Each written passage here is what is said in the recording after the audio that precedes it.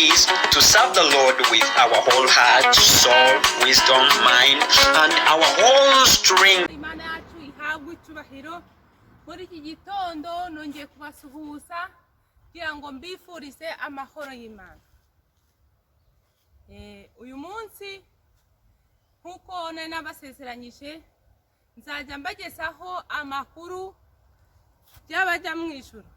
Amakuru y'abajya mu ijuru. Amakuru yo mu murwa wera, umurwa wo mu ijuru. Nkuko Imana yadufashije, Imana yangiriye ubuntu, Imana yakomeje kundindira muri iki gihugu. Nanjye igihe cyose nzajya nyihesha icyubahiro kandi Imana yacu ihabwe icyubahiro.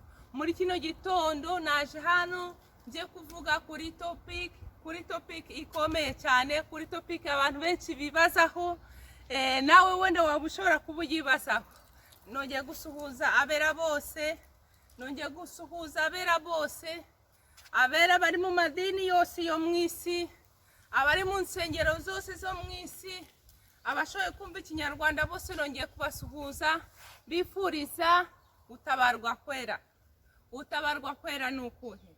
Gutabarwa kwera ni uko Yesu yavuze ngo nimubona ngo ibi byose bitangiye kuba, ngo muzamenye ko gutabarwa kwanyu kwera ko kwegereje. Haleluya!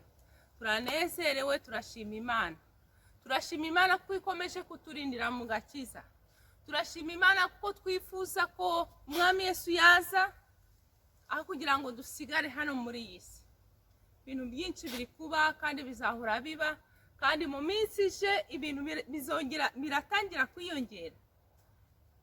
Mwabonye ukuntu ibintu bimeze mu bihugu byinshi, ariko nkuko Busomu ya 91 ivuga, aravuga ngo uwizera Imana ngagenda atwikiwe n'igicu cyayo. Ngo nuyizera wowe igicu cyayo kizakuba hejuru, kizatwikira umuryango wawe, kizatwikira aho uri hose, kizagutwikira. Ngo aho uzagera hose uzajya ubona ukuboko kw'Imana. Imana yacu ibaha umugisha. Nongeye gusuhuza abakozi b'Imana benshi.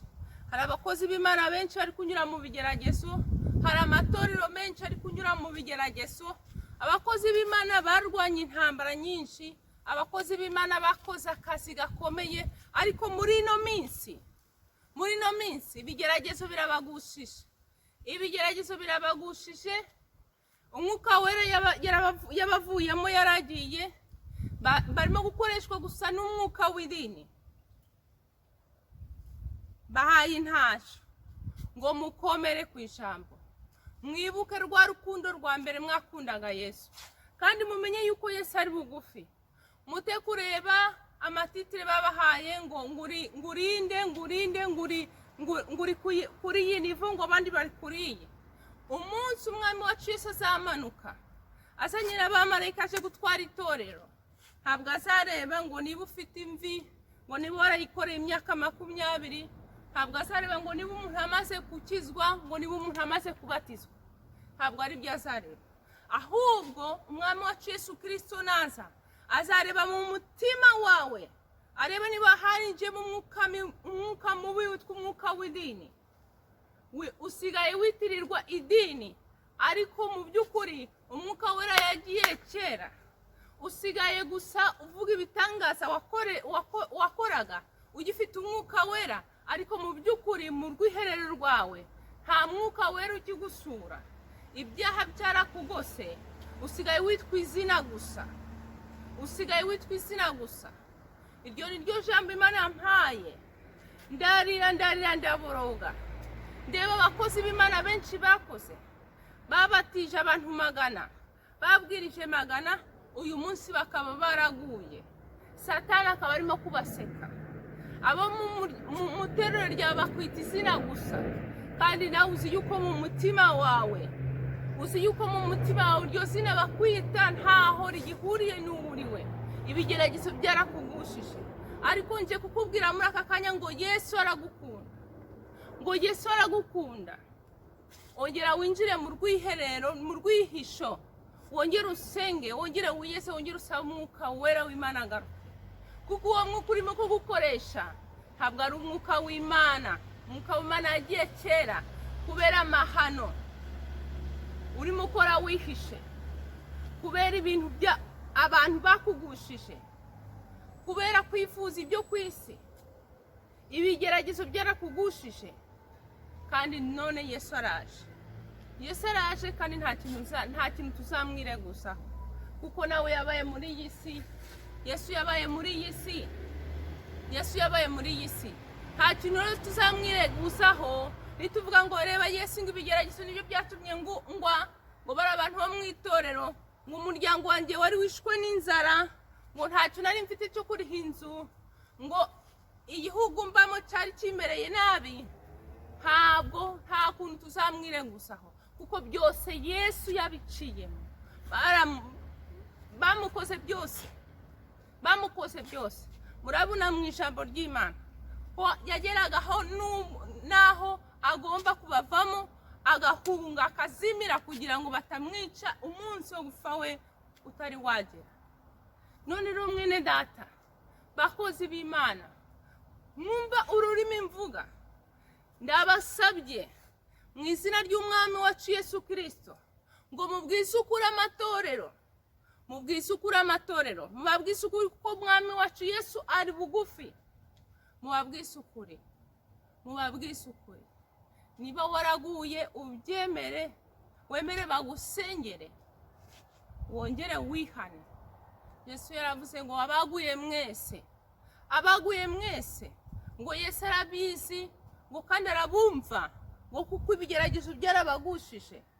Ngo ariko ijambo ry'Imana riravuga ngo kugwa k'umukiranutsi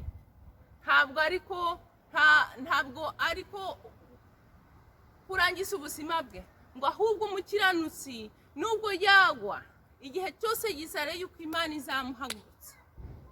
None nagira ngo nawe uhaguruke mu izina rya Yesu, wongere urambure amaboko, wongere urambure ibiganza byawe hejuru, ibiganza bisukuye birambura, usaba Imana imbabazi y'ibyo wakoze, y'ibyo wakiraniweho. Imana irakubabarira.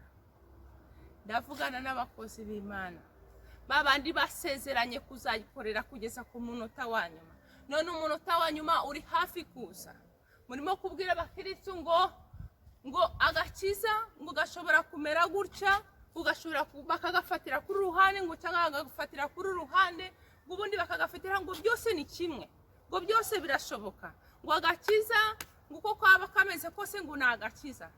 Agakiza ntabwo kagira inzira itatu, kanyura mu nzira imwe gusa.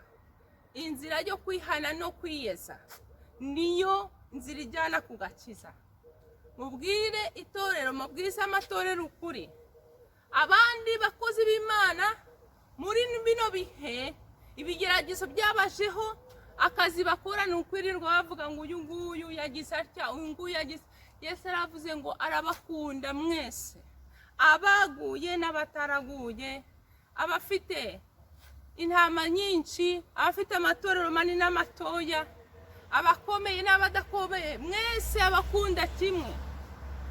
Ntabwo ari ngombwa ko mwirwa muvuga ngo umukozi w'Imana byagenze gute, ngo muvuga amazina yabo, muvuga amazina, ahubwo mugatuma n'abari bashaka kwinjira mu gakiza basubira inyuma.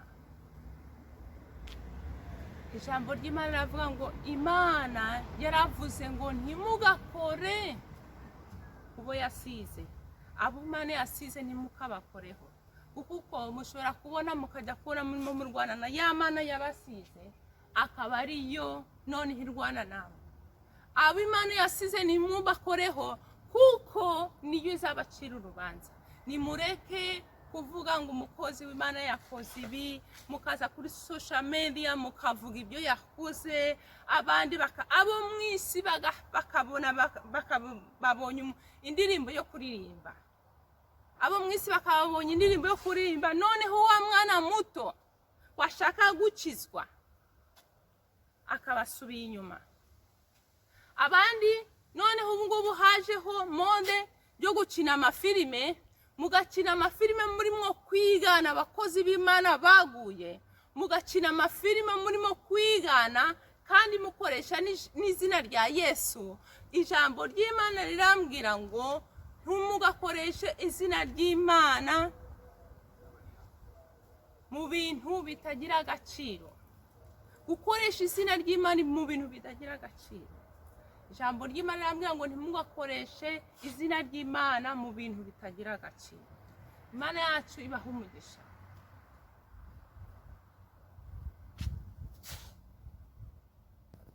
God bless you all members and friends of ETC channel.